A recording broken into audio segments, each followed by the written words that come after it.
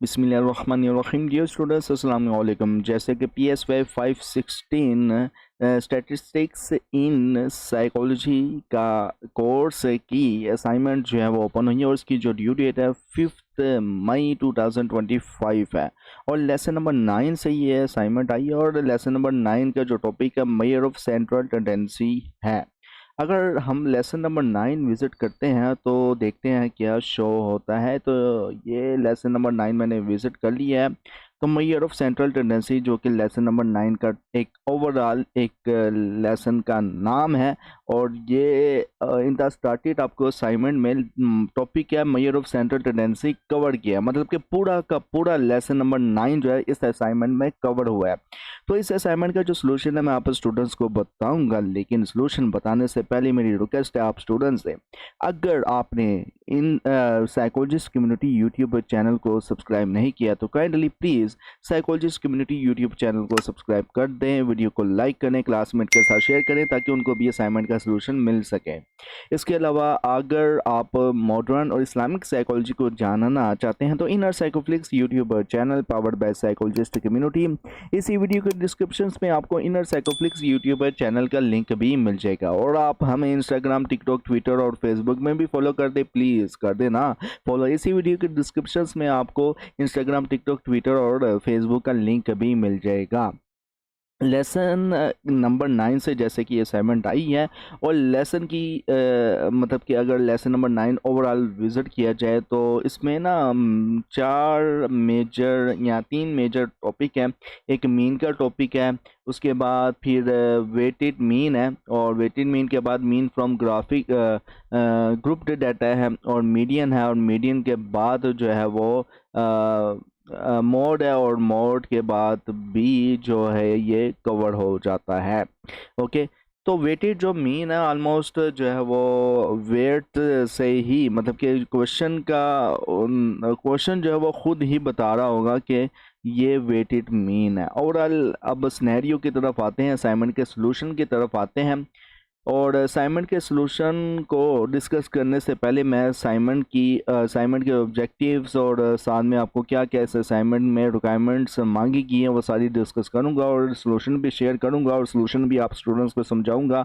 बाकी जस्टिफिकेशन आप अपनी वर्डिंग में कर देना, मैंने जो जस्टिफिकेशन की है वो मैं आपके कंसेप्ट को और लॉजिकल पॉइंट्स को क्लियर करने के लिए बता दूंगा।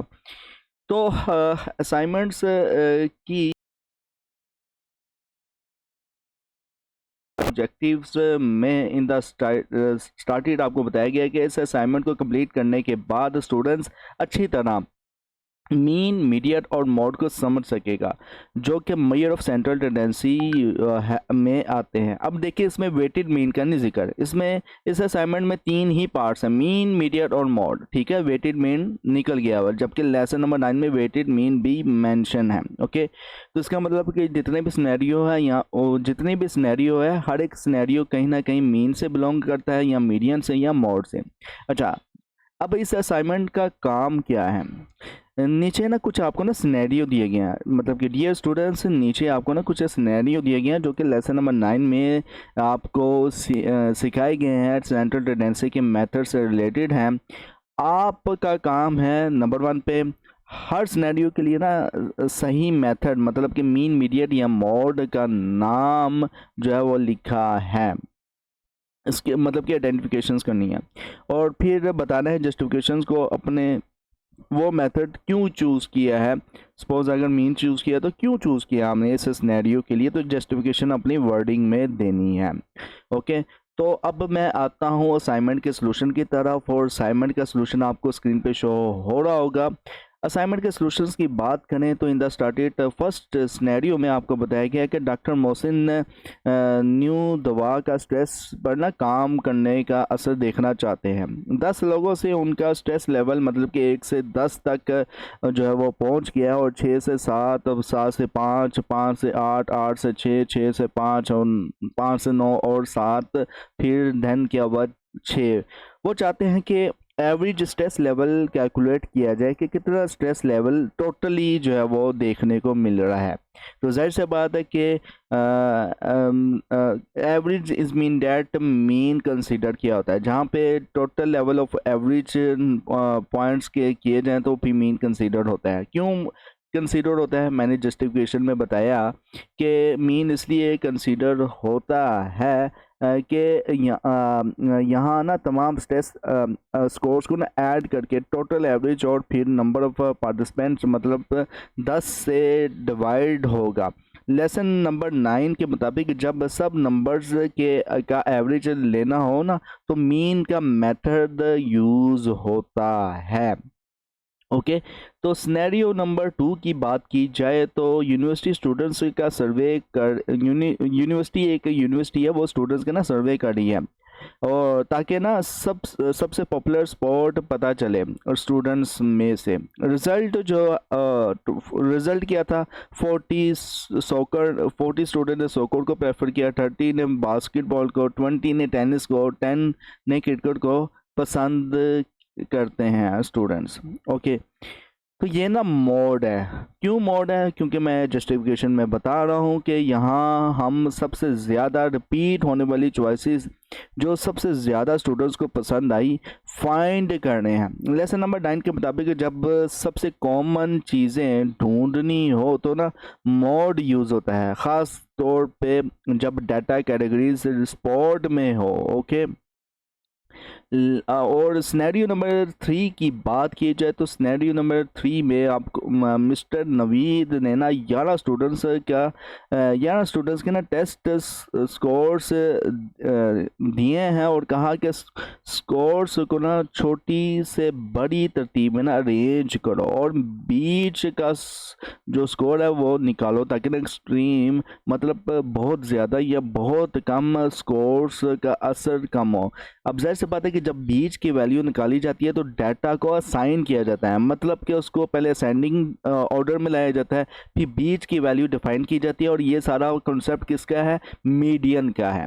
अब मैंने जस्टिफिकेशन कुछ इस तरह से दी अपनी वर्डिंग में इस सिनेरियो नंबर 3 को आइडेंटिफाई करके कि मैंने मीडियन क्यों चूज़ किया है आइडेंटिफिकेशन के दौरान कि जब स्कोर्स को अरेंज करके बीच के स्कोर्स लेना हो और एक्सट्रीम वैल्यू का असर अवॉइड करना हो तो लेसन नंबर 9 के मुताबिक मीडियन बेस्ट होता है क्योंकि ना वो बिल्कुल मिडल वैल्यू शो करता है।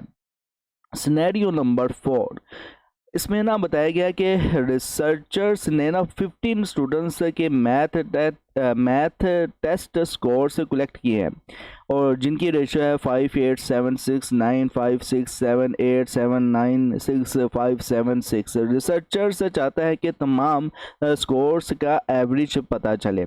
तो जाहिर सी बात है कि अब इसमें भी एवरेज वर्ड यूज़ हुआ है कि एवरेज पता चले तो ये मीन में कंसीडर होगा। क्यों होगा? क्योंकि मैंने आइडेंटिफिकेशन मीन में की है और एवरेज वर्ड यहाँ पे यूज़ हो रहा है और एवरेज किसका काम होता है? मीन का होता है। तो यहाँ तमाम जस्टिफिकेशन बता रहा हूँ आप स्टूडेंट्स को कि यहाँ तमाम स्कोर्स को ना ऐड करना है और 15 से डिवाइड करना है ताकि ना ओवरऑल एवरेज स्कोर्स मिल जाए। लेसन नंबर 9 के मुताबिक जब सब नंबर्स का बराबर हिस्सा लेना हो तो मीन का मेथड यूज़ करते हैं। ओके तो ये था असाइनमेंट का सलूशन। फर्दर ये कि क्या क्या रिक्वायरमेंट्स हैं नीचे भी देख लेते हैं। ये असाइनमेंट का ओवरऑल मैंने सलूशन अपनी वर्डिंग में बता दी है।